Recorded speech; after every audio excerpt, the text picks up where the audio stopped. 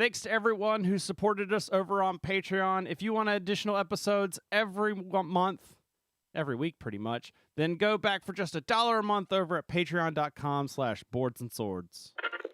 Watch very closely now. 3, 2, 1. Bzow! Check that out. We want the fun. Gotta have that fun. Is it okay if it's okay if like when the bread touches the fries? Do I really want to just stand still and cast a lightning bolt? No, I want to avoid you and shove a lightning bolt across. I just crap my alien pants. By the way, I just want to let you guys know. You hate all of us, and we're fired. I've released poison into the AC system. You all have about 5 minutes left to live. So much news, like all this stuff to talk about. No, there's been some stuff, but it was all boring. You didn't go with C. Well, you need to go with C. And our friends, we combined. You've told that story. We combined. Have I told it on the podcast? I'm pretty sure you have. Well, I'm telling it again. Because I just realized as I was reading this that this game's already been done. They even made a show about it. It's called Yu-Gi-Oh! And go watch it. This is Boards and Swords. Hey out there, everyone. Welcome to Boards and Swords. I'm one of your hosts, Chris Renshaw, and this is the podcast that features bad jokes, good folks, and some tabletop games as well. I flipped those around. I'm one of your hosts, Chris Renshaw, and I'm going to flip it over to Mr. Philip Herbig. Hey, what's going on, everybody? We want to welcome you back to Monday night recording. Chris, is that correct? What I'm seeing in the bottom corner of my screen? We're on time? Yeah. Who are we? So we took a month off. And that's what happens is you got to come back. You got to start strong. You gotta come back strong, all right? Give the people what they want. Yeah. We're not really sure if this is what they want, but it's what we're giving them. That's what it better be. This is what's for dinner, and you're going to eat it. You know, it recently occurred to me with the cat that there might be a problem. I love our catchphrase, but there might be a problem with it because when people hear bad jokes or when I say in an email, I wonder if people think I mean like adult jokes, like off-color jokes. No, we're just saying these jokes are terrible, not that they're like lewd. But well, so the show, I mean, we kind of stop recording. Whenever we stop recording, give it 30 minutes, and then we have Boards and Swords After Dark. And that's the adult humor. That's the Patreon stuff. That is the Patreon stuff. That's right. But speaking of said bad jokes, you can tell us for certain here when we talk about the news.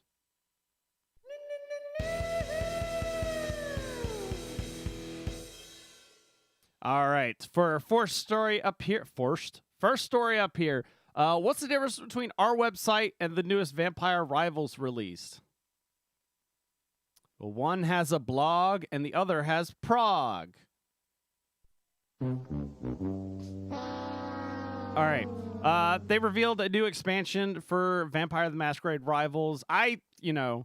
Most people probably gloss over this, but I still think this was a really cool game. And unlike all the other expansions they've been doing that have been like, oh, new clans this and new clans that, this time they introduced a new city because the big thing in Rivals is you fight each other, but there's also like a city, which is like an event deck of stuff that happens basically during the game. And it's set in, I believe it's San Francisco is the core box. And now with this expansion, it is the fight to control over the vampire underworld has expanded to Europe. It adds options for all 10 clans currently existing in the game. It also comes with a new city deck that allows the clan to take their battles to the streets of Prague. So I think this is a really sweet idea. If you have not tried Vampire the Masquerade Rivals, I would definitely give it a shot. Unless you don't care for vampires. As long as they don't sparkle and they die when sunlight hits them, I'm cool. Save that comment for later because there might be another joke that references that. Okay. All right. That's all for this. When I wrote these jokes, there wasn't exactly a whole lot of news, and then we skipped a week, and even then it was like there's stuff, but I don't know if there's stuff I want to talk about. So, what do you call really big insects? Giants. So that one comes to you for Cartographers. There's a bunch of other stuff about Dominion and Age of Steam. Nobody cares about that. We care about Cartographers. Is expanding. Thunderworks Games is expanding Cartographers and Cartographers Hero yet again with 3 new map packs. First one is Map Pack 4, Frozen Expanse, Realm of the Frost Giants, which is coming out now. I've actually already started seeing reviews or like people posting on Twitter and Instagram, like, "Hey, look, we just got this in to review," kind of thing. Features scouted locations that need to be filled with particular types of terrain and a giant frozen lake that grants a reward when the perimeter is fully mapped around. Then in July, you've got Map Pack 5, Kethra's Step. Red Tooth and Gold Belly has 3 beacon scoring cards, one of which will serve as a 5th scoring card in the game and trigger off your ability to surround beacon spaces. And then Map Pack 6, Hornhelm, Wasteland Market, introduces merchant cards with items that you can purchase for ongoing effects. This is one thing I've really loved about the kind of like roll and write genre. Welcome 2 did this. You played Welcome 2, where they had like map packs that it wasn't just like, oh, here's a new grid for you to fill out. They would introduce just kind of small rules. Like there was a Halloween one. There was like a zombies one for Welcome 2. They like every holiday there'd just be a new map pack or something, and that's the kind of stuff that like I feel like we brought this up like a while ago. That's the kind of like stuff that I feel like is really easy to make, and you could probably print on like. You don't need to go printing stuff in China per se. Like just get like a local print on demand thing. Do like 1,000 copies of stuff or like promo cards or something, like taking advantages of like holidays or, just for someone that's really into one game, making stuff like expansions and stuff for that one game, like Catan, that sort of thing. So I still have the big box of Cartographers. I haven't even gotten to that yet. I've been playing other stuff and Warhammer. And I hadn't gotten down to Cartographers yet. Working on. I am working. My goal is to try and clear off the shelf of stuff here before Gen Con. It's going to be a tall ask, but my goal is to try and reduce this, get all the review stuff I have done, before I go to Gen Con and, people or things, so that like I could actually come home from Gen Con and play new stuff from that. Give me a second. I gotta find my marker. Times Chris said he's gonna clear the shelf. Hey, I said goal. I didn't say like I didn't say it was actually gonna happen. I just said it's a goal. And actually there's a better chance of it happening because some of these I think I'm just gonna do some like playing as 2 players to kind of like get the feel of the game, Okay. And then just doing some write-ups or talking about them here on the show. Because that's the problem is like we have not had our regular game group. We have not met up in weeks or months, actually. We've actually met up like twice, I think, since the whole Omicron thing hit. And like our Arkham game is off because once we got back, once things were safe, like everybody went on trips and they're still doing trips. Like, Mike and his wife are over in the UK right now celebrating their anniversary / wedding. They're getting officially married. Yeah. And then and just it's one of those like you stop a habit and then it's hard to pick it back up. Like when you're doing it every week and then it's I got to put effort into that thing. All right. So, next news bit. If you're a candy maker and you run a Kickstarter, do you call backer levels chocolatiers? So, Plan B Games announced Azul Master Chocolatier. I honestly, when I heard this was coming out and I saw some of the pictures, I thought this was going to be an edible version of Azul. And a part of me was kind of hopeful. And a part of me is looking at that and going, you can make chocolate molds. We have the technology. We can do this. Plan B Games announced Azul Master Chocolatier, a new version of the classic tile-laying game which will release at Essen 2022. It plays just like the original game, but adds chocolate tiles instead of the porcelain ones. They've also added an optional variant on the 9 Chocolate Factory displays. The game is a standalone and not an expansion, and designed by the same designer. Sports 2 to 4 players, no MSRP at this time. Although I would imagine it's not, I mean, it's just new artwork. I don't know why they would upcharge this. But I will say between this and the original style of the game, which I do have, I kind of like this artwork and style better. Because it's like, it takes it from, oh, I'm like not that the theme really comes through in Azul, but it's like, oh, I'm placing porcelain tiles for like a bathroom or something, to, oh, chocolates. Immediately more appealing. All of the first couple Google searches. So I did, is Azul Master Chocolatier edible? And the first ones go, I hope this thing's edible. Yeah, this damn thing better be edible. I'm gonna accidentally eat the Azul Master Chocolatier board game pieces. So, the next thing I thought of when I saw this is, if you're gonna make an edible or a food-based version of Azul, then they should have gone with the obvious route, and that is, if you look at especially if you look at the little thing, what little other than, take chocolates out of your mind, what size and shape do these things look like? Those are Starbursts. Yes, exactly. They should have paid the money to get the Starburst brand and made a Starburst version of Azul. Oh yeah, 100%. Because then it's also easy to replace. When you can use the eat the Starburst when you're done. Next time you want to play Azul, you just go buy another bag of Starburst. They should sell it with the chocolate molds inside of it.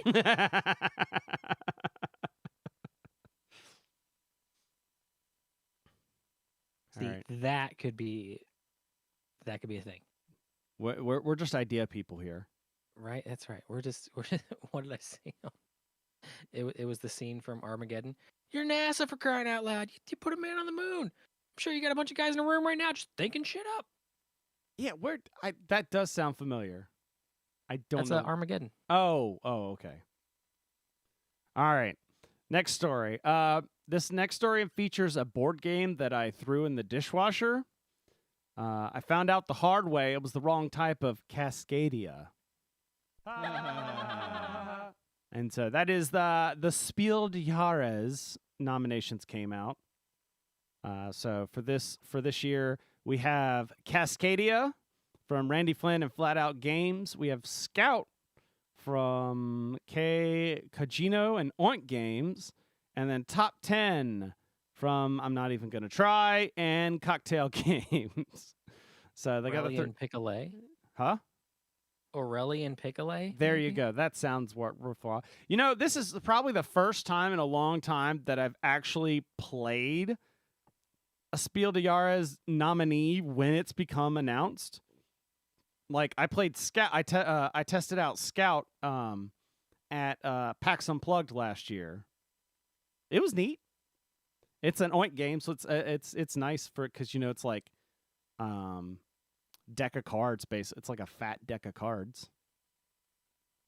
And then nominations for the Kennerspiel was Cryptid from Osprey Games, Dune Imperium, and Living Forest. Again, nothing I've played.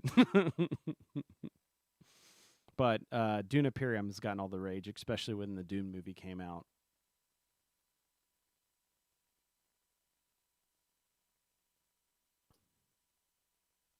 But I definitely, Cascadia has gotten a lot of buzz over the past year or so. Lots of people talking about Cascadia. So honestly, if I had to pick based on just hype, I would imagine Cascadia wins the Spiel des Jahres. More than likely. And then I don't know, maybe I don't know enough about Like going with the hype, like of the list, that's the only one I've ever heard mentioned. Yeah. And then of the Kennerspiel, I have no idea what they were. And for those that are like, what the hell is this awards? These are the German, basically, Game of the Year. And then the Kennerspiel is kind of like the more enthusiast, so a little bit more complicated. According to Game of the Wikipedia, it is the connoisseur/expert game of the year. Enthusiast, expert, whatever. Connoisseur. Connoisseur. You mean chocolatier? Chocolat. All right. So almost done here with the news. I got another one for you. What do you call an unusual insect? A mutant. Ah. And that is, it's time, Philip. We finally got it. Everybody's been talking about it for years, ever since they originally announced Marvel Champions. Marvel Champions? What? And it was a little bit spoiled, because there was a leaked list of possible announcements on like a distribution letter that went out to like stores that had just the names of products, and Mutant Genesis was one of them. And then secondly, when you went on the Gen Con events opened up, about 2 weeks ago, like a week before this announcement came out. And then when you searched for Fantasy Flight Games, they had Marvel Champions Mutant Genesis as some of their events. Everyone's like, it's happening. So the world is always in need of heroes. In order to truly achieve peace, there are times when we must put aside our differences and focus on doing what is right. That's what the X-Men do, and their stories about their fight to protect a world that hates and fears them. They're excited to announce Mutant Genesis, the 5th campaign expansion for Marvel Champions, the card game. So the X-Men are finally coming to Marvel Champions. They face off against the classic foes such as Sabretooth, Sentinels, and the Master of Magnetism himself, Magneto. So, you like all of the other expansions, you could play these individually or as a part of a larger campaign. So the game is going to have, or the every expansion comes with 2 heroes in the box, and you're getting Colossus and Shadowcat, or Kitty Pryde. And then one of the things they did say is, let's see if it is it in this. There was an announcement somewhere that the let's see if, oh yes, there's going to be a wave of hero packs usually after every one, but there's going to be 6 hero packs instead of 4, and the first 2 of those are going to release on the same day as Mutant Genesis. So you're going to get Cyclops and Phoenix the same day. So it's going to be a very expensive day at the game store. Because, I mean, that's like, I think that's like $18 a thing, 16, depending on where you get it. It could be $16 to $18 plus about $30 for the box. So you're looking at like, $60-ish and Marvel Champions in one day. That gets you like one figure for Warhammer. Right? Yeah. So I'm excited. It was kind of a letdown. Letdown's not the right word. I had heard rumors that the way they were gonna do the X-Men is maybe this is just what everybody wanted to happen, is they were gonna release a new starter box, and it would just be the X-Men starter box. So you'd have like 5 heroes, 3 villains, and you could just pick up that and play with it. So this is, I don't know how I feel the contrast wise. Like, it's definitely a take, but it does seem like if they were going to do that, X-Men's definitely like the group to do it with, versus just making like a new box set with different heroes in it. Oh yeah. So yeah, I just picked up about a month ago. I just got the Spider-Man one, so now I'm imagining about Gen Con time we'll be getting. Actually, this will probably be like September, October by the time we get this one. Yeah. Although they fit with them having the events at Gen Con, it does make me think that the box would be at Gen Con, but who knows? All right. Oh yeah. And then what? A sixth story. Yep, I got one last story for you since it's been so long since we've done one. Here you go, Philip. So if vampires took over the 40K universe, would it become a Twilight Imperium? Got him! Got him! So we had rumors and we had seen like some product images, but we finally got the details on Twilight Inscription, a Twilight Imperium roll and write game. It's based in the Twilight Imperium universe. It is it offers 1 to 8 players an experience unlike anything FFG has ever done. And I realized I didn't get the actual FFG story. I got the other one where it has.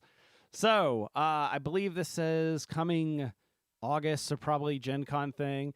Much how like Twilight Imperium is a massive board game, Twilight Inscription is a massive roll and write. Or where most roll and writes have each player filling out a single board referred to as a player sheet. Twilight Inscription has you filling out 4 different sheets. So yeah, like whereas most, reading through it, like most roll and writes, you know, you're playing in like 15 minutes or less or whatever. This one is gonna take you like 2 hours to play.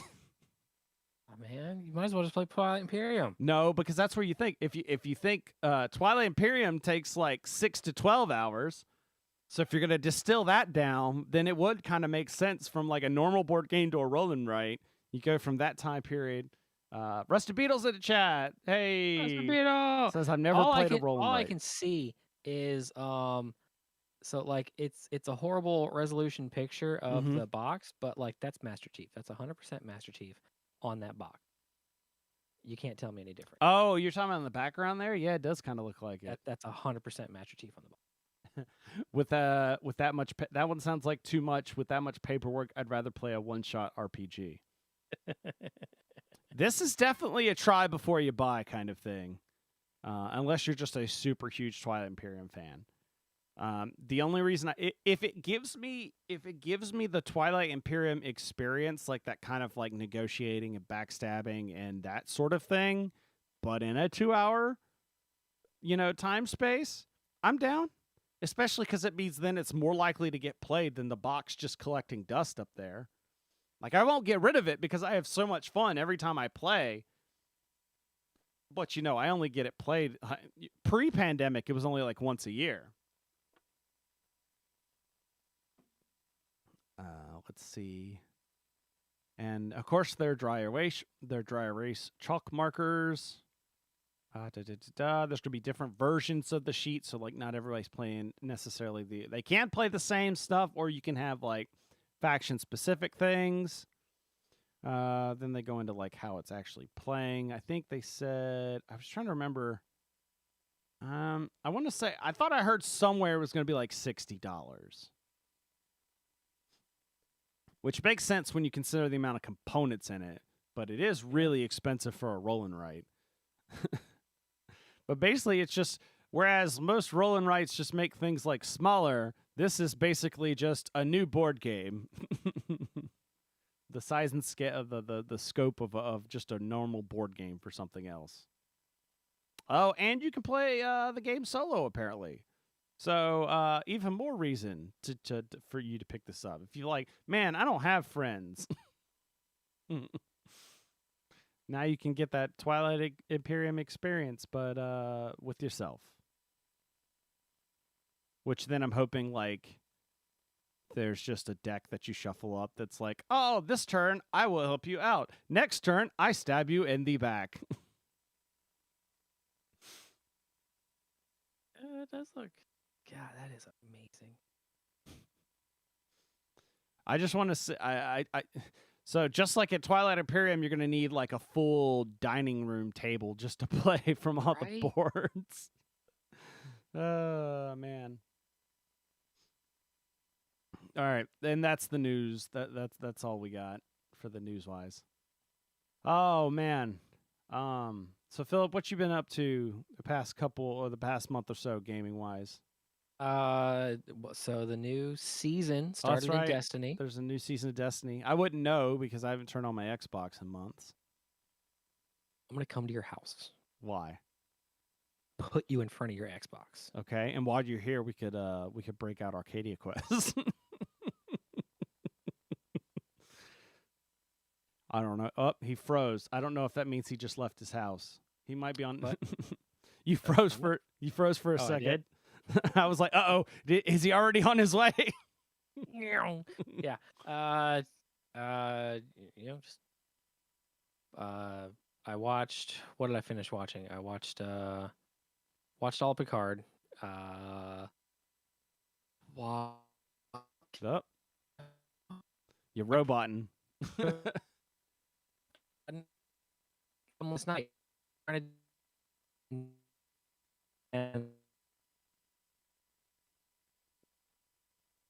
And that's this is great. See, because now, oh, there we go. Now I'm back. Apparently, maybe? Yes, now you're back. Okay. Yeah. See, Yep. this Y'all I don't are- know what's going on. Stop downloading illicit images while we're trying to do a podcast. Don't do that while we're podcasting. I do that while I'm at work because I'm not here anyway. Might as well keep the computer active. Oh, for a second it sounded like you meant you were doing like while you're at work instead of No. working. Don't do that kind of stuff on the work network. You know how fast you get your ass fired doing that? Oh man. Yeah. But so- how's so the new season of Destiny though? It's got a pretty wicked story. There was a the only problem I had with it, they're redoing the classes, not the subclasses. Yeah. Your Void, Arc, Solar, and all that kind of stuff. So they introduced Solar 3.0, Mm. and it's got one of the things I like is a lot of times hey, I really like this sticky solar grenade. It's kind of magnetic. It attaches to people and explodes. Yep. But if you wanted that grenade, then You had to could take have that grenade. cluster of stuff. Yeah, your melee was also something. Your super was something, and it was all connected. Well, they fragmented all that stuff up, so you can Right. pick whichever grenade you want, whichever super you want, whichever. You could always pick your jump and shield, but like they broke everything up, and it's really great. But there was a community achievement that was locking a couple of the fragments.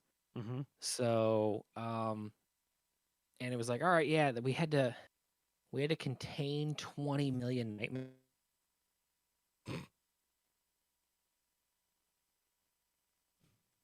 Less than 14 days. So that was whatever. The only problem I had was there was no way to track it. Mm. There was no all of a sudden there was a tweet that went out sometime maybe Thursday or Friday. They were like, "Hey guys, you've contained 17 million nightmares." I'm like, "All right, cool. Can we get that tracker somewhere?" Like, how do we know you're not just arbitrarily pulling? Probably are. Because they probably. That's what. They had enough backlash of people bitching and throwing a fit, and finally they were like, "Hey."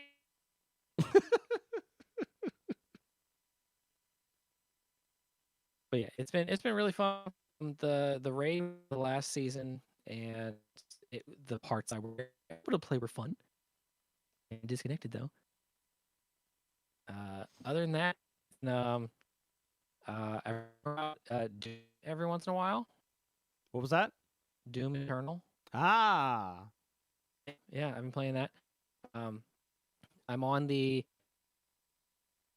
I'm right at the last mission of the main game, so now I'm going and like finding all the stuff I missed in the other levels. Mm-hmm. Just did Wingspan tutorial before I got on here. Yeah, I've been doing some solo gaming, just random things that I bought in those Steam sales, and now I should probably actually play every once in a while. Nah. Yeah, nah. Just gonna be Oh, Destiny by the all way, day. I missed the comment. Rusted Beetle said he's never played a roll and right. Download Cartographers. I think it's free for Apple and Android. It's just solo, but you can play the app version of Cartographers for. I'm pretty sure it's free. I Or think I've played. you've played, yeah, because we played it here in studio once, We did. That's the one with the. Hang on. where you're drawing on the squares. It's cards you flip, and then you draw. It looks like a little map board, and you're drawing the different like fields or forests. Pretty What's sure. the hex tiles that kind of look medieval times? Is that Kingdom Builders? Yes, I think so. I That think I and played that. Catan also does that. Well, yeah, but Catan, they were all there. Like the hex tile, I think it was Kingdom Builders, like because you get to place the hex tiles. Yes, Okay. Yes. I That remember was- playing that one. that was Colin. Colin loved that game, Yes. but I think it was like right before pandemic times or something. We played. I think we played Cartographers here in studio or something. We need to come up with a in the before times. In the before, I think that's the. But I've been spending a lot of time at the game store. For obvious reasons, like Right. 40K, and like making up 40K games or testing out 40K stuff. But also, they opened up their little bistro. So Bards Bistro they opened up, and it's really kind of cool. They got like, it's basically like at this point just kind of it's kind of like a lounge type atmosphere, but like with pub food. Oh, nice. Like they got like a burger. It's kind of like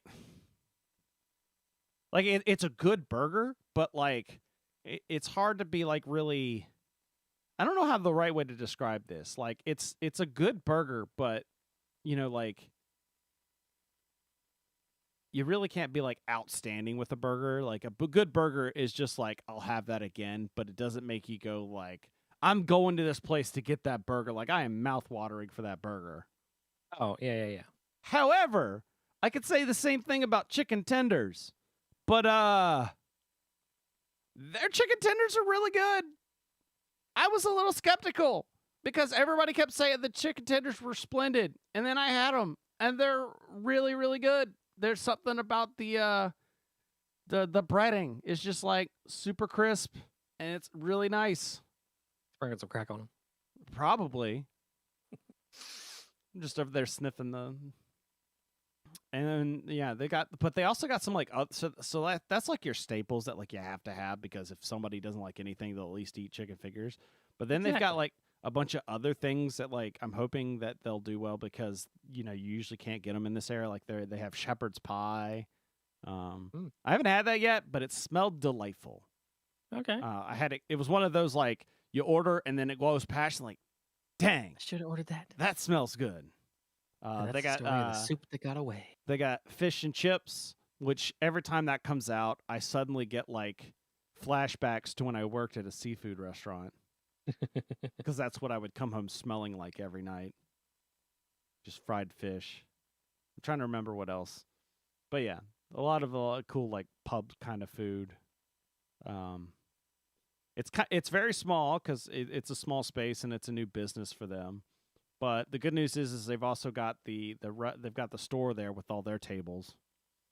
So unless it's like a super packed night, like so the store itself is High Tide Games. You can actually see one of the guys over here. That's one of the workers. Got his shirt on. But you can go in unless it's like D&D night or Magic / board game night. Then usually there's a table in there that at least you can sit down and eat. And they now got it to the point you can order online, which is great, because that means that I could be sitting in the game store and be like, let me put in my order. Playing Warhammer. It's not my turn. I'm a little hungry. Yeah. I was quickly taking pics while I was like Russell Beetle said Dutch angle ? I was just quickly kind of like, I didn't want to look awkward like that one guy that's just sitting there taking pictures of everybody. So I was just kind of like quickly throwing up the camera. So yeah, We're gonna get you an actual fedora. No, not a fedora. We'll get you a trilby and have like the press thing in it, like the LE all the time. Just run around with your camera. Nice. Other quick things. I played there's a new, or one of the new rivals. I was talking about the vampire game in the news, but one of the new sets I have to review. Only played one game of it, and we played it 2-player with just the new decks. Was definitely lacking because when the game is definitely a 4-player optimized game, and when you're playing with just 2, like somebody did something, or we were playing and then just suddenly it's like, oh, well, I guess you win, because like one of the conditions of just like knocking out all the vampires, and he had gotten into I think I ended up winning, where he just got into a spot and I just happened to knock out his last vampire, and it was just like, oh, well, you win. Oops. It was very anticlimactic. But it definitely, it also, we didn't really get a feel for the decks either, and that might have also been because of the 2-player. So I need to play around with it more before I could give like a definite review of the decks, because we didn't even really get to see that many cards come out. I also, one of the things I can talk about is these things here. So I got in. So last fall, WizKids announced that they were going to do this thing called Frameworks. And it was, so WizKids has this phenomenal line of D&D minis. Chances are, if you've been in a board game store, you've probably seen them. If you play D&D, you probably have some of these. Like I even have one here. This is my, it's a tiefling sorcerer, but I painted up the player ones come in like packs of 2, so you can kind of choose your style. This is a tiefling sorcerer right here. You can't really see it, but I used it for my tiefling druid that we for our current D&D game, and they're all great. They're highly detailed. Looks like resin, maybe figurines, or could be plastic. But then they decided they're going to do this thing called Frameworks, which is D&D minis on sprues. And for those that don't know what that means, it means you have to assemble the minis yourself like you would in a miniatures game. And as soon as I heard this, and I was talking with actually with a store owner, and they were like, I just don't see what the market is for these, because it's not like D&D people, like fans of D&D, they're not exactly clamoring to build their minis. Like, sure, they paint them, but like, and this and that. So the selling point for these is, I guess, you can customize them. They come with like different weapon options and different things that you can get and you can put on them. But you'll notice here, and if you're watching the video, you'll see on this picture, they're all pretty plain, or at least the ones I have built are pretty plain. They've got weapons and stuff, but like none of the little options and stuff that can like hang off their belt and stuff. And that's because it was too damn hard to put them on. Like, these things are like that. I mean, they're like this size. The mini is like this size, so about an inch tall. So those little accessories, you're talking like a couple of centimeters, or, like a couple of millimeters even.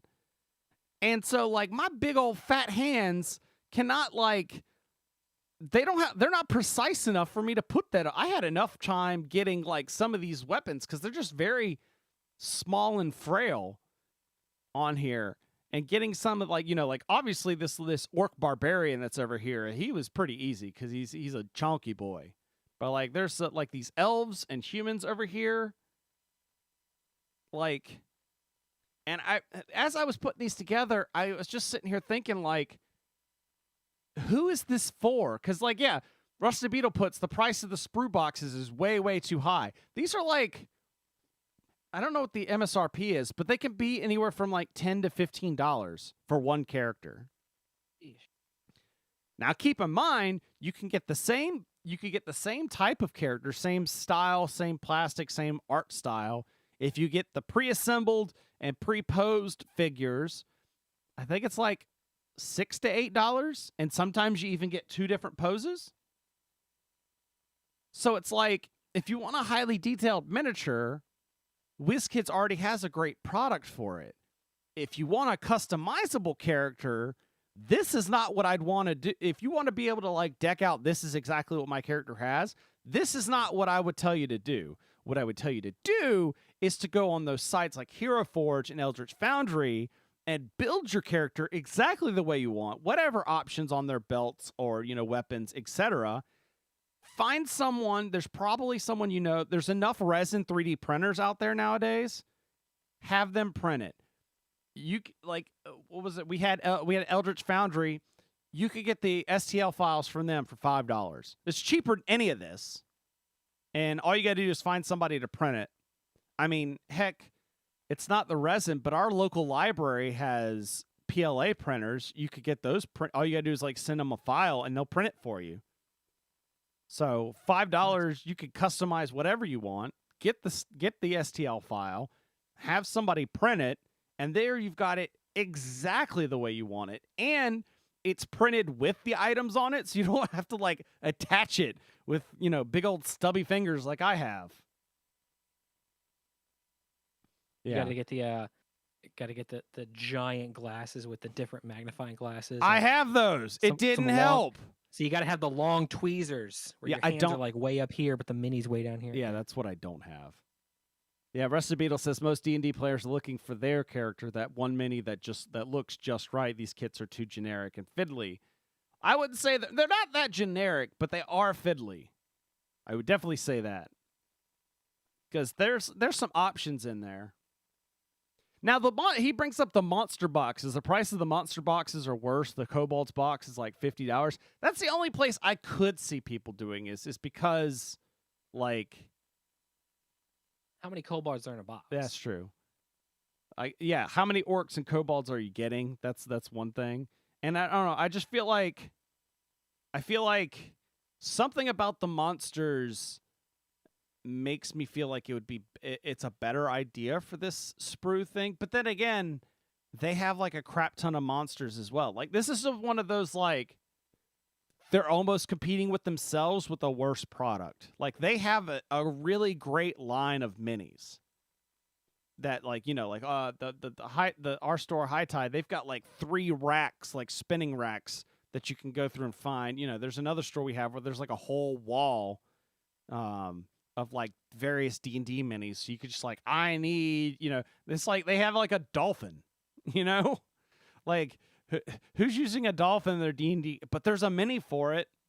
Like we made a joke, like Chloe and I always make a joke. There's like a polar bear mini, and it's just like funny that like you see all these fantasy creatures and then polar bear. Oh, 7 kobolds, which are small size minis. I mean, you got to think like, depending on where you're getting them, 7. If they're selling for like $6 to $8, you're getting into that $40 range, anyways. So that makes maybe sense if you're needing to buy, because it's still the customizability, right? Right.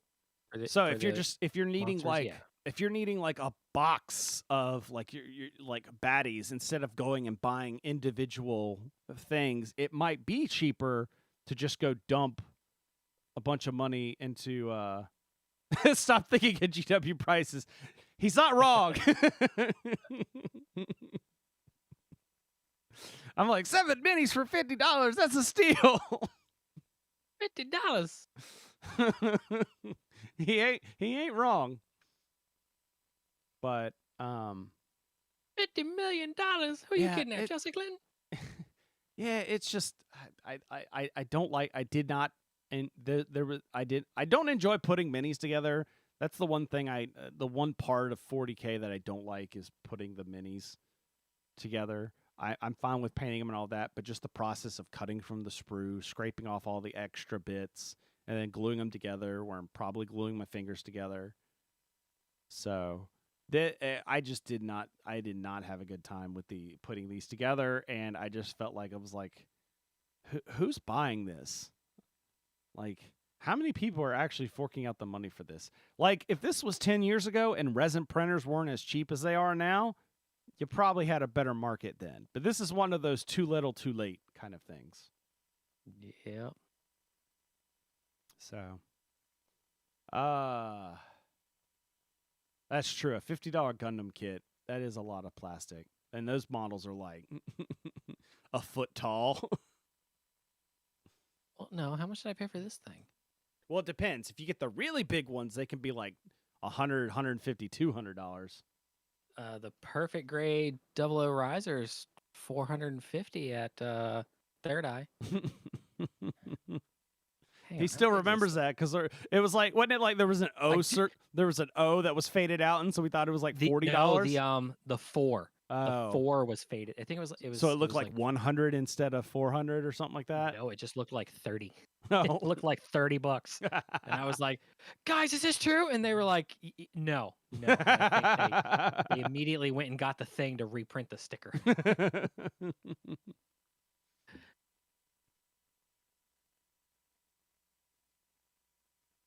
Uh-oh, he's reaching for stuff. So wait, is it put together or is it just in the box? Oh, that's smaller than I thought it was going to be.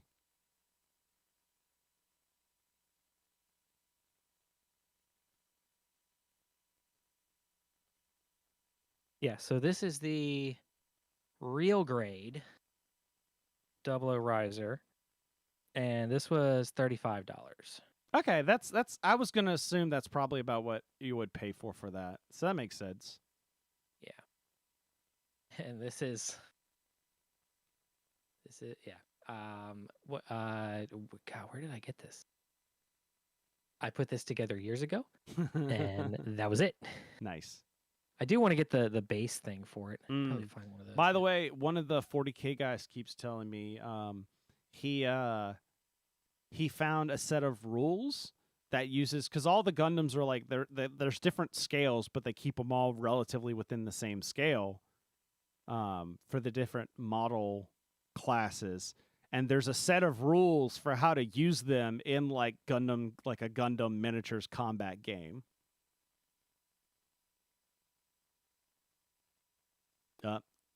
He's frozen again. What? Oh, there, you're back. Okay. This is annoying. See? I don't know what. I don't know what the hell. Apparently, we're not Atlantic Broadband anymore. We're Seabreeze. Your Breeze Line. Breeze Line. That one. Okay, they need to knock it off with the name changes and stabilize the damn connection. Rusty Biddle wants to know how many sets of sprues were in that box. He's guessing 7. Trying to remember. There were 1, 2. There were 1, 2, 3. 3 that were all white, 2 that were all blue, and then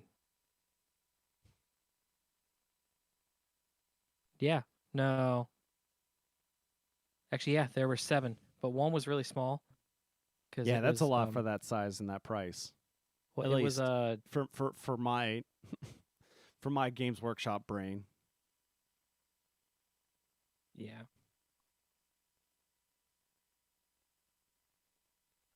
So I've gotten a bunch of stuff in the mail though recently. More stuff in the mail. All right. Yep, like Mail Monday. My copy of Root, the Marauder expansion, came in. Which you've played Root, you just didn't like it. The asymmetric. The asymmetry of it, yeah.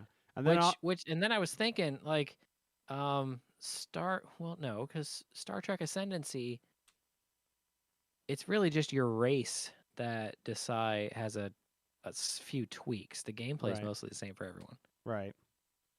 Then also new Marvel Champion stuff came out. So we got Champions. What? Ironheart and Nova. So it's still in the packs, as you can tell. Everything's still in the box. And then the last thing I'll talk about is so remember how I said I'm trying to work through things on my shelf? So one of the things I had gotten recently and finally got to the table is this game Bittersweet. This is from he was a patron, but he's also in our area, Matthew Hawker. We've had him on the show once or twice. Mm-hmm. This is his latest Kickstarter that they delivered earlier this year. This game is all about the whole chocolatier thing that we were talking about with Azul. This is basically this game basically mimics that feeling of those the heart-shaped boxes of the random chocolates. Yeah. That's this game, where it's like you don't know if you're gonna get the toothpaste one. Like Jim Gaffigan makes the joke, was like, "Oh, I got the one filled with toothpaste." So yeah, you lay out the way the game works is you lay out, depending on how many players, there's a deck of all the different chocolates, and you lay them out in your quote unquote box, and then every player has a little player board that says like what all the different attributes are, like the shape of the chocolate, the type of coating it has, the blah blah blah, and then they have these cards that they flip over. You get 2 cards. You get like I forgot they call it a yum and a yuck card. So you get one card that's like, I really want these types of chocolates, and then they're worth like bonus points. And then you get another card that's like, I don't want these kind of chocolates, and so they give you minus points if you have them. And so you're basically on your turn, you're either flipping cards over on the board, or you're picking them up into your hand, or there's the mechanics to like put them back or whatnot. There's some cards that have some special abilities that allow you to maybe like switch things around, but you're trying to get a lot of the chocolates that you like and not that many of the ones that you don't. And at the end of you score your hand, and then once you've won twice, then you win the game. Really simple. The only minor beef we had with the game is the scoring can get a little complex, because for this style of game, the scoring can get a little complex because it's like each card has a point value, but then some cards have a changeable point value based on what other cards you have, and then you've got your yuck and yum bonuses and that sort of thing. So like I was playing this with my mom, and she just mentions like she just wished that she had like a score sheet that she could just follow line by line, because when we were trying to add it up, it was just confusing her, because they just have like a point. They just have like a point. You can't see it in these photos, but there's just like a point tracker that you could just like move a little marker on to increase your score. She just wished she had something that was just more annotated by like step by step. It's like, okay, add up the points of your cards. Now add up your wild cards. Now do your yuck. Now do your yum. What's your final total? So, yeah. So, I mean, it's really nice. It was really fast. It says 15 to 40 minutes. I played with 2 players, and it definitely, I think it took us about 20 minutes to get through 2 hands. But I love the artwork in this game. It's so good. It made me want to eat chocolate. And it was definitely funny because they have like vegetables in the game. So it's like some of there's like vegetables that you pick up, and it's like, oh no, this is worth negative points, and you don't want those. So yeah. But yeah, so Bittersweet, I think you could probably get it on his website, Coup Games. So www.coo.games or at @playcoo games. So yeah, the artwork's amazing. I love it. Even the box looks like a box of chocolates. I just want to go get some Lindt chocolates now. That's my favorite. Like if I'm getting like pure chocolate, that's my favorite type of chocolates to get. Are those the Lindt truffles, the red truffles? Oh, nah, man, Whitman. I don't know if I've ever had that. The Whitman variety packs. They're in like the yellowish box. Yeah, I don't know if Looks like a cigar box. Oh, you know what? I know the box, but it's been a while since I've had those. I am never going to be a skinny man. Why do you just identify as skinny? That. All right. So anyways, $7 over at Walmart. those were left over from Valentine's Day. Right, I'll take them. While I'm getting set up for the game show here, why don't you tell people about the Patreon? The Patreon. That's right, folks. We are on Patreon. You can go to boardsandswords.com/Patreon. you can go to patreon.com/boards and swords. We got it set up both ways. Just however you feel like typing that in. We've got a bunch of levels you can back us at, but really, all we're asking for, $1. We're asking for $1, people. Okay. Don't get the upgraded drink once for lunch. Boom, you've paid for us. Okay. Yeah. And then you get to hear all the crazy shenanigans that we do before and after the recordings. So Patreon started doing things where you can like buy per year. Oh, And like the offering creators like, oh, you could tell people to do it at a discount. I haven't set it up yet, but I'm thinking like a $12 or like if you do it once a month, it's $12 for a year. So maybe like a $10 yearly. there you go. Thing. I was thinking that same thing. Yeah. So, but if you do pay a little bit more, not saying you have to, there are perks. And as I'm getting caught up on these things, I forgot I have puns that I have to do. So if you do at the $5 level, like Ryan has done, then I get to ask you what one of your favorite games, and then I will make a list of puns for you based in those games. So here you go, Ryan. These are 10 Wingspan related puns for you. And they are very much, it was great because I was like, sweet, I get to do bird puns. So here we go. I thought I'd do some puns about the titular characters of Wingspan. There's about to be more bird puns than you can swallow. Oh, Chris. Just try not to gold flinch at any of these. To get me to stop, you'd have to wrench this mic away from me. Or real, you can just listen, as we're already almost halfway done. I mean, honestly, though, this is the cardinal thing that we do here. I mean, think about it. At the beginning of every show, I just parrot out puns worse than these sometimes. I really can go on forever with these. All right. I'm done. I'll sparrow you any more puns. Just kidding. I will see you next time. So there you go, Ryan. That was for you. Thank you for being a patron. Sorry it took me so long to get to them, but I think I'm caught up on puns of everyone that sent me their puns. So all I'm left on things is I got some dice to send out for new people and for existing patrons. So, all right, Philip, we've got a game show, and I don't know, not so much a game show as it really is just a funny segment that might just be really funny to do. And I'm calling it This Game Does Not Exist. Nice. So have you seen those websites? It's like this person does not exist or this cat does not exist. I have not. Okay, so there's websites like this. It's called this cat does not exist, where you can go to them and they will show you a picture of a cat, but that cat doesn't actually exist. What happens is that we've gotten to the point that AI have gotten smart enough that they can grab fragments of pictures from everything and generate and alter them to generate a new picture of a cat or a person or whatever. Okay, but these are cats. Hmm? I'm here. I'm at the website. Yeah, none of those cats actually exist. Those are AI generated pictures of cats. Okay, see that one I could tell the cat doesn't exist because those eyes. Right.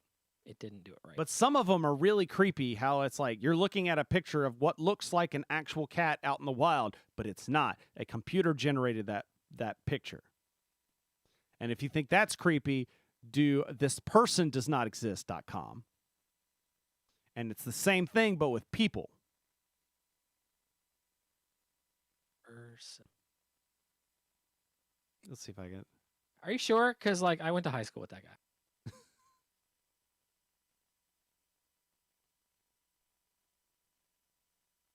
Oh, sometimes you can really tell. This one's just got this is. Oh, okay. See, I gotta put this one. Yeah. So these are just These are AI generated pictures that have like taken bits and pieces of other pictures and put them together. Okay, check out the. Yeah, I check had out that the one. general channel. Yeah. Oh, you have that one? Yeah, with a nice swipe right in the middle of the head. Yeah, like what's going on there, buddy? Again, AI generated pictures. So, and if you go down this rabbit hole, there's so many of these types of things. To the point where there's a website called This AI Does Not Exist. So there's a website that goes thisaidoesnotexist.com where you can punch in anything and it comes up with a very computer model-y formula way of saying of like things that an AI would do. But it's not real. It even generates some code that looks legit, but it's all just fake stuff that this website's just putting together. Oh yeah. So what I did, I was like, okay, what happens if I put board games in here? And it was actually kind of surprising because sometimes it wasn't far off from like the actual board game. Like I didn't put like all I did was just put the name of the board game. I didn't say it was a board game. I would just put the name in there. So for instance, I've got an example here. Like this was probably the closest one that I saw, and this was Catan. But like the picture I have here, and I don't have it so I could scroll. All right. But it says, Catan is a game of city building. It is played on a board of hexagons where each player must build a set of houses, roads, and mountains. Players must try and create the most prosperous city while also trying to block their opponents. Catan has been a popular board game since its creation in 1949. Aside from that last statement, most of that is right. So, but not every game gets this lucky. For example, let me show you another, let me do another context. I didn't save this one on here. For instance, I just put Scythe in there. And keep in mind, these, like, I don't have the links to these. These are just screenshots because if you put in something else, it'll randomize something completely different. So, for instance, Scythe is in here. It says Scythe is a neural network-based tool for predicting protein structure. It uses deep convolutional neural network to predict the secondary structure of a protein sequence. Okay. So what I have here is I've taken a bunch of games, and the way we can gamify this is I will tell you the name of the board game, and maybe let's say like on a scale of 1 to 5, how truthful do you think it is? And then we'll look at the actual listing and see, like, you know, like how close to reality did we get? Are we way off, or are we, 1 being way off, 5 being like, that's as close as a computer's going to get? And I will give you the tip that just like you saw in the name, the title of the game, depending on how generic it is, depends on how close you're getting. So like Catan, think about like if you're typing just the word, not the board, not putting like a board game descriptor, how likely you are to get board game related searches. Like Catan, you're only going to be searching for board game stuff. But like Scythe, there's, you could be talking about the tool, you could be talking about like a Grim Reaper, or, all sorts of things. Oh, I typed in Gundam. What did you get for Gundam? A large-scale language model trained on a corpus of over 2 billion characters, making it the largest language model in the world. Okay. That doesn't have anything to do. Okay, so you know what? Nothing's perfect. All right. So the first one that I have for you is the first one I have for you is Arkham Horror. Okay. And if you want to be creative and throw in things that you think the game probably, or if you think the AI probably talks about, you can get bonus points. Okay. If you mention something that's brought up in it. But what do you think when I typed in the words Arkham Horror, what did a computer generate? Let's see. So you typed in Arkham and horror. Correct. Arkham space horror. I honestly want to say it went somewhere in the DC universe with Batman. You're not wrong. But if you want to say if you were to give it a number, how close to the board game Arkham Horror do you think the description got? Do you think it's far away, or do you think it's anywhere close? Oh, I want to say maybe 2. Okay. Actually, let's make this simpler. Because we could get into fine amounts. Let's say it's on point. Thumbs up, it's on point. Thumbs down, it's way off, and then like a halfway, like eh. So would you say you're about eh? Yeah, you were about with Okay. the- All right. And so if I can pull up the right picture, there we go. I got to pull it up in a way that I can actually show people it, because I can't scroll on that page. So just bear with me for 2 seconds and just load up. All right. And there we go. Yeah. All right. Arkham Horror is a cooperative board game for 2 to 5 players where the goal is to escape the haunted Arkham Asylum. The game features an intricate story, randomized encounters, and a rich set of cards. Arkham Horror is the first major release from the indie game studio of the same name. So I would say you're wrong, because it's definitely that's a thumbs up to me, but you get a bonus point because you brought in Arkham Asylum. That's on point. I mean, there's some wrongness, but yeah. All right, Philip. Now, when doing this kind of thing, a game that I had to put in there to see what it would come up with is Munchkin. So game number 2 for you is Munchkin. What do you think how right did you think it was with Munchkin, and what kinds of random things do you think they were talking about? Okay, so I think it's completely wrong with Munchkin. Okay. But I want to say it brought in like the Wizard of Oz. Okay. All right. So what we have here is Munchkin. Munchkin is a model that can learn to play Munchkin games. Munchkin is a popular card game that is often used in teaching programming to children. So I'm going to go with it on that one, because it does reference card games. Yeah. But it's kind of off in that it's talking about programming, and no bonus points on Didn't bring in anything? No. That is surprising, because you would think. All right. Like the other big pop culture reference of Munchkin is the Wizard of Oz. All right. Now we're going to get pretty generic here. Okay. Terraforming Mars. Now, also, I picked games that you have played, or at least you know of. So you're not going to see weird things that you've never heard of before. You've at least played or heard of these games before. So Terraforming Mars. Terraforming Mars. Let's see. So I'm going to go with... So related to the board game. I'm going to go with You're going to go eh? I'm going to go eh. And I'm going to say it might reference... It's probably going to reference something in the legitimate scientific community. Okay. Or maybe one of the there was a Val Kilmer movie. Red Planet? Yeah, Red Planet. That was a good movie. It's been a while. That's the one that had Carrie-Anne Moss in it too, right? Yes. Yeah. Okay. I'm gonna give you your bonus points on, but Terraforming Mars is a new model for generating naturalistic and compelling images of planets. It uses an image-to-image GAN that is trained on synthetic data. So that's way off. That's wow. But you do get the bonus point, because we are talking that's some sciencey science That's legitimate scientific community stuff. Yeah. All right. We've got a couple more. I did a bunch of these because I figured this would be really quick. All right. This one, Gloomhaven. All one word, Gloomhaven. Okay.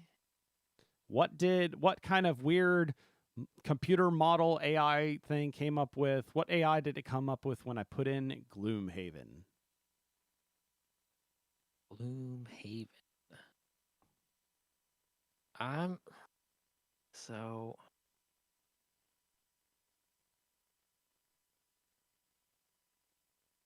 So based on the board game Gloomhaven, I'm gonna say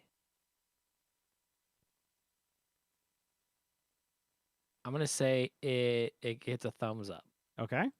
because that's kind of specific. What kind of things do you think it'll mention? Well,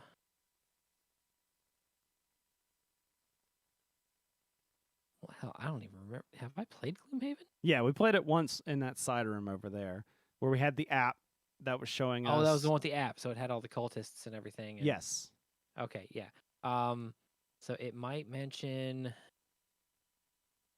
where you had the cards and you would use the cards to determine when you went in order each round, and it would also be whether you're moving or like attacking. Yeah. Oh. I don't have any bonus stuff. I just think Okay. it got it with the game. All right. Well, you're pretty much, it's dead on. It's Gloomhaven is a cooperative board game of dungeon crawling, card collecting, and trading for the PC and tablet. Yeah, it's a card game, and it is available on PC, so it's close enough. It was uses developed. a tablet. That wasn't official, but it was developed by a team of artists and developers from the indie board game studio Gloomhaven Games. Everything's an indie board game. Yeah. Yep. All right. Next one. Twilight Imperium. We talked about it earlier. You haven't played this, but you've heard of it at least. I have not played that, but I'm gonna say it gets that. Oh, it probably gets stuff about the game correct, and then it also brings in the Twilight movies. So how accurate do you think it is? I'll give it a mid. Okay. And it also brings in stuff about the Twilight movies, well, and books or whatever. You're off on the. It actually, surprisingly, probably for the benefit of humanity, doesn't bring in vampires. Twilight Imperium is a board game with a simple yet rich set of rules and a very deep strategic game. A neural network agent learns to play a version of Twilight Imperium by observing a set of human-played games. The agent is then trained using a self-play reinforcement learning framework that uses an imitation learning approach and uses the final game score as the reward. So we're going to give that a meh, because it does, the first sentence is about the only true thing in that statement. It is a simple yet rich set of, it's not simple. It's rich. A simple set of rules. And a very deep strategic game. That part is true. Yes. All right. We're getting close. We got three left. So, Marvel Champions. Marvel Champions? What? Marvel Champions. What do you think? What kind of AI did it come up with when I put in the board game Marvel Champions? So you put in the board game Marvel Champions. I'm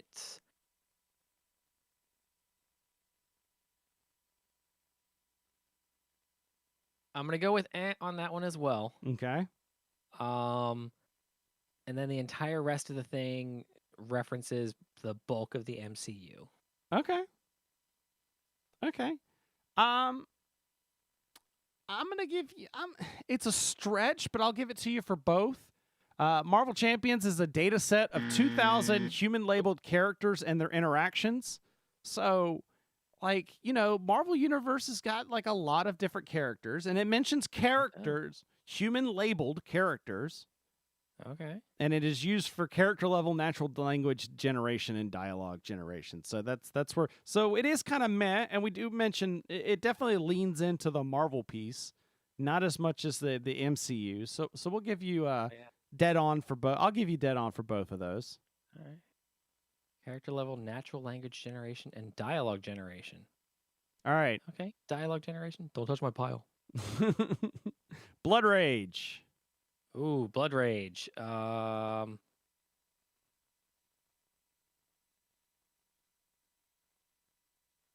gonna say it gets the game completely wrong. Okay. And it probably goes into medicine and psychology. Okay. Well, you're right. It's completely wrong. And that this one was just so weird. I don't know where it came up with this one. Blood Rage is a deep reinforcement learning model for learning to play arcade games. It was trained using Atari 2600 games and achieved state-of-the-art performance on several Atari games. So maybe there was an Atari game called Blood Rage or Blood something or Rage. There was Rage. Well, maybe that's it. So, all right, last one. I had to do it. Warhammer 40K.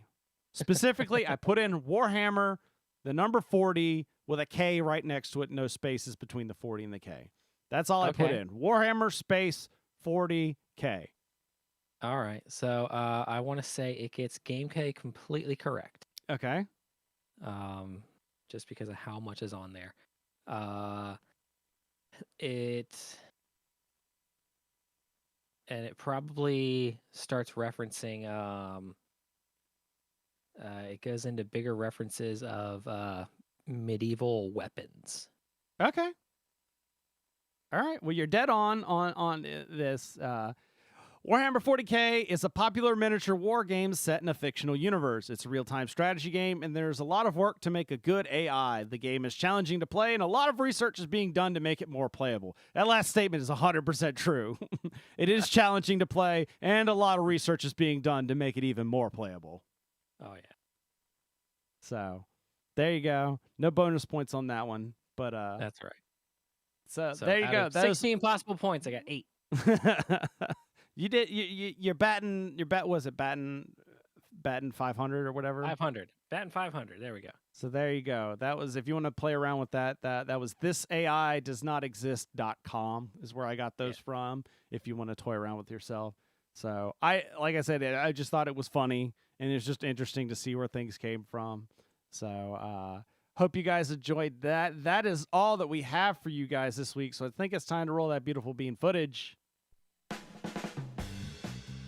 That's been our show tonight, folks. If you like this show, you want to watch us live, we're recording every other Monday. boardsandswords.com/live. It's got the schedule and the links to all of our other streaming channels. All right, we love comments and feedback. Send us some comments and feedback. Email us feedback@boardsandswords.com. You also can reach out to us all these other places. Facebook @BoardsandSwordsPod, Instagram @BoardsandSwordsChris, or Twitter @BoardsandSwords. Or if you need everything else, one place, boardsandswords.com. It's also got links to our Patreon. Check it out. Help support the show. And I'm keeping things short and simple. We'll be back in 2 weeks with another show. In the meantime, remember that every gamer has a story. And this one, what did we get, like 30 seconds in and you already need to start fading stuff out? So, good night, everybody.